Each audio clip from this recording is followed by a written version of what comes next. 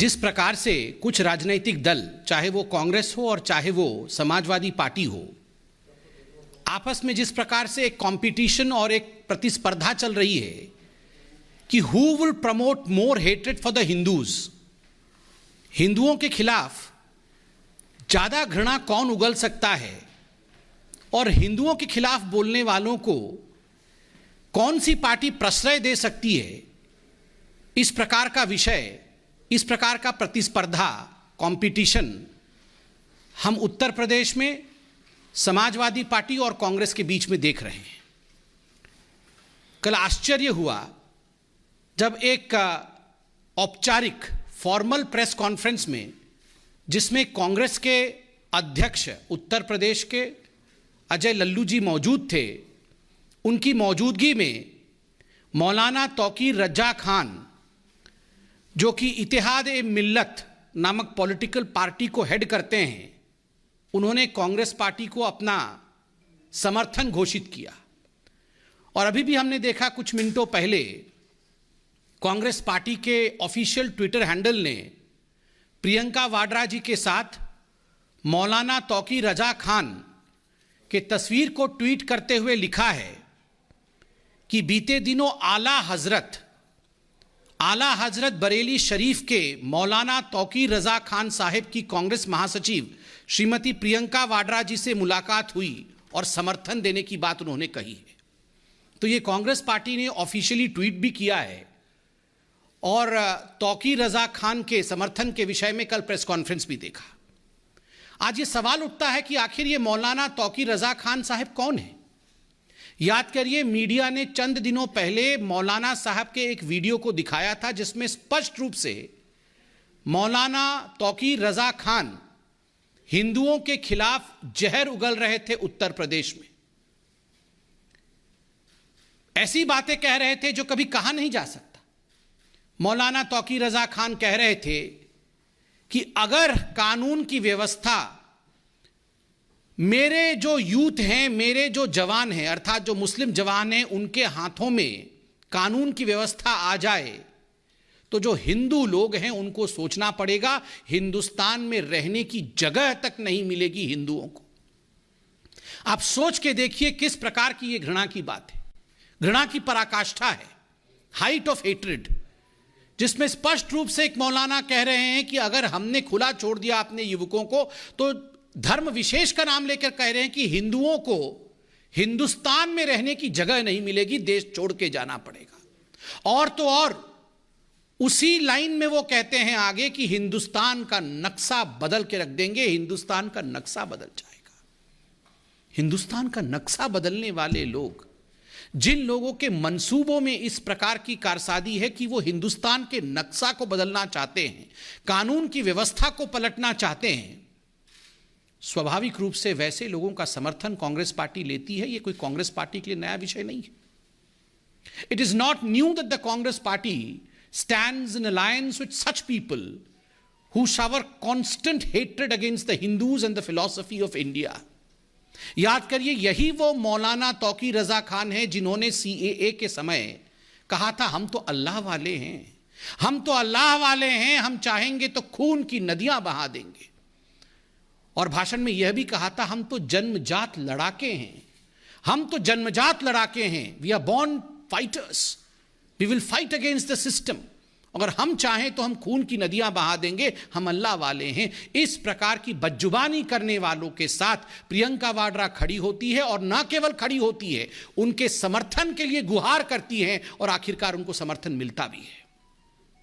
This is not new in Congress, I said so because आप याद करिए केरल में किस प्रकार से वेलफेयर पार्टी का और वेलफेयर पार्टी को चलाने वाले जमात-ए इस्लामी, जो कि UAPA के अंतर्गत बैंड है, उस वेलफेयर पार्टी के साथ कांग्रेस पार्टी का गठबंधन हुआ था। याद करिए, चंद दिनों पहले हमने देखा था कर्नाटक में जब चुनाव हुए थे तो SDPI, जो कि एक पॉलिटिकल फ्रंट है, popular front of India PFI का, उसके साथ कांग्रेस पार्टी का गठबंधन था। बंगाल में ठीक उसी प्रकार इंडियन सेक्युलर फ्रंट, जो अब्बास सिद्दीकी हिंदुओं के खिलाफ जहर उगलते थे, उनके पार्टी के साथ गठबंधन कांग्रेस पार्टी ने बंगाल में किया था। स्वाभाविक रूप से ये जो रेडिकल सिंडिकेट है कांग्रेस पार्टी का जो रेडिकल सिंडिकेट है वो पूरे हिंदुस्तान के सामने आज एक्सपोज्ड है. The radical syndicate which is in fact furthered by the Congress party stands exposed in front of India today. और इसमें कोई कांग्रेस पार्टी अकेली नहीं है, इसमें प्रतिस्पर्धा हो रहा है. प्रतिस्पर्धा अर्थात कंपटीशन समाजवादी पार्टी के साथ है. याद रखिए, नाहिद हसन पे भारतीय जनता पार्टी ने अभी चंद दिनों पहले आवाज उठाई थी, उसका नतीजा आपने देखा. सत्य की जीत हुई. नाहिद हसन जो कि कैराना से समाजवादी पार्टी के कैंडिडेट थे, आज वो जेल में हैं. वही नाहिद हसन जिसने हिंदुओं के खिलाफ जहर उगला था और कैराना में पलायन के लिए जो जिम्मेदार थे, वही नाहिद हसन जिसने कहा था हिंदुओं की दुकान से और हिंदू व्यापारियों से किसी प्रकार का संबंध नहीं रखना है. अगर उनसे हम सामान खरीदना बंद कर देंगे तो उनके पास कोई ऑप्शन नहीं बचेगा, उन्हें कैराना से पलायन करना पड़ेगा. उनको समाजवादी पार्टी ने टिकट दिया था, आज जेल के सलाखों के पीछे है. रफीक अंसारी, मेरठ से रफीक अंसारी जिसको टिकट मिला है और किस प्रकार के केस उनके ऊपर लंबित थे यह भी हम जानते हैं. किस प्रकार की घृणा की बात वो करते हैं यह भी सर्वविदित है. असलम चौधरी विधानसभा धौलाना, दो समुदायों के बीच लगातार जहर उगलना, दो समुदायों को किस प्रकार से दंगों में झोंकना, यही असलम चौधरी का काम रहा है. उसे भी समाजवादी पार्टी ने प्रमोट किया है.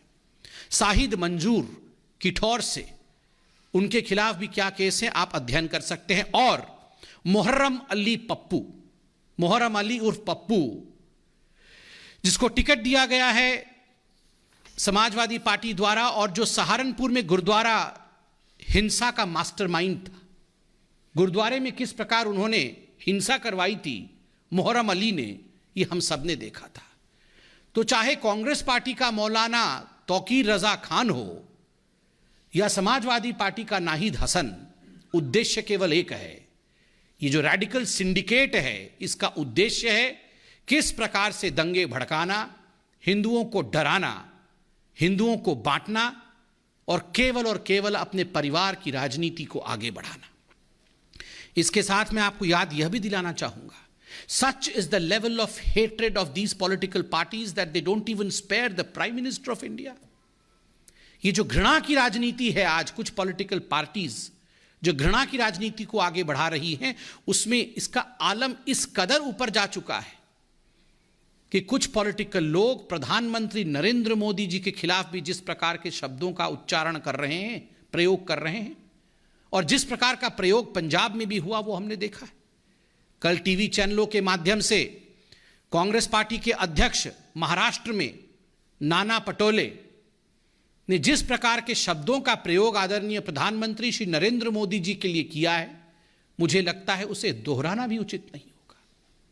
वो कहते हैं कि आवश्यकता पड़ने पर मैं मोदी को मार भी सकता हूं, मैं मोदी को गाली भी दे सकता हूं, मैं मोदी को मार भी सकता हूं, मैं मोदी को गाली भी दे सकता हूं. आज मैं राहुल गांधी और प्रियंका वाड्रा से पूछना चाहता हूं भारतीय जनता पार्टी की तरफ से, या आपके पार्टी के इतने बड़े बड़े नेता मोदी जी के खिलाफ, देश के प्रधानमंत्री के खिलाफ जिस प्रकार का जहर उगल रहे हैं, एक बात बिल्कुल स्पष्ट है, पंजाब में प्रधानमंत्री के सुरक्षा के ऊपर जिस प्रकार का हमला हुआ, सुरक्षा में चूक हुई, सुरक्षा में टूट हुई, वो प्रयोग था, संयोग नहीं था. That was an experiment which was done at the behest of the top leaders of the Congress party.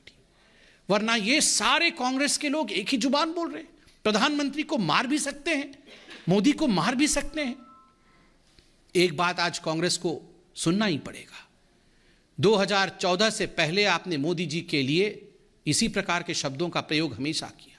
कभी उनको नीच कहा, कभी आपने कहा कि तू तो चाय वाला है, तू जाके हमारे अधिवेशन में चाय बेच, तुम्हें हम छोड़ेंगे नहीं.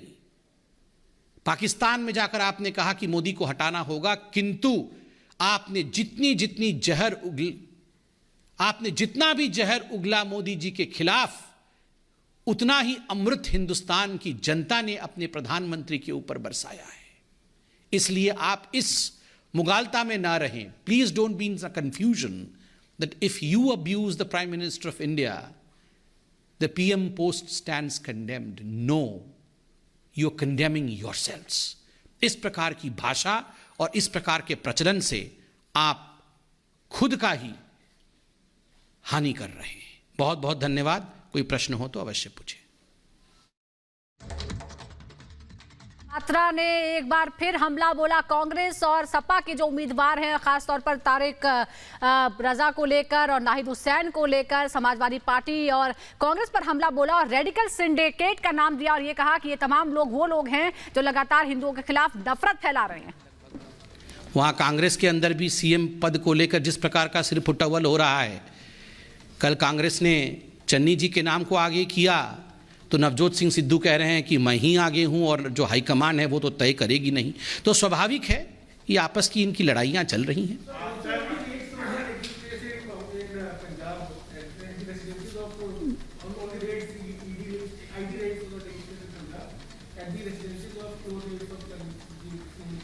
No, these were ongoing cases. These were ongoing cases, and there were cases against 26 people which we gather from the media reports, which were filed. The FIRs were filed by the Punjab government, and the Punjab government has asked action against these people. And remember, some of the tallest leaders of Punjab, like the Congress president himself, had called for action against them. So why cry foul today? Law will take its own course. These things should not be seen with a myopic vision of politics. जहां तक पंजाब में red इत्यादि का सवाल है, इन चीज़ों को राजनीतिक चश्मों से कभी देखना नहीं चाहिए। याद करिए, आज हमने मीडिया के माध्यम से देखा है कि 26 ऐसे व्यक्ति हैं, इंडिविजुअल्स हैं, जिनके खिलाफ पंजाब की कांग्रेस सरकार ने ही एफआईआर किया था और सैंड माफिया के रूप में उनके खिलाफ एफआईआर हुई थी। ये तो खुद मीडिया बता रही है, पंजाब की सरकार बता रही थी। तो स्वाभाविक रूप से जो पंजाब की सरकार चाहती थी कि इनके खिलाफ कार्यवाही हो, अगर कानूनी कार्यवाही कोई हो रहा है जिसका चुनाव से कोई लेना देना नहीं है, तो मुझे लगता है इसको राजनीतिक दृष्टिकोण से नहीं देखना चाहिए। और चंद दिनों पहले तो खुद कांग्रेस के अध्यक्ष सिद्धू साहब भी कह रहे थे कि बहुत सैंड माफिया है, बाकी कुछ पॉलिटिकल पार्टीज भी कह रही थी। तो मुझे लगता है भ्रष्टाचार की लड़ाई में कभी भी राजनीति को हावी नहीं होने देना चाहिए।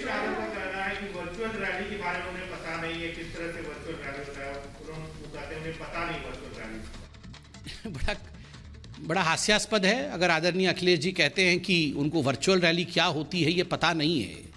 मुझे लगता है उत्तर प्रदेश में जो युवा हैं वो जानते हैं वर्चुअल रैली क्या होती है। उत्तर प्रदेश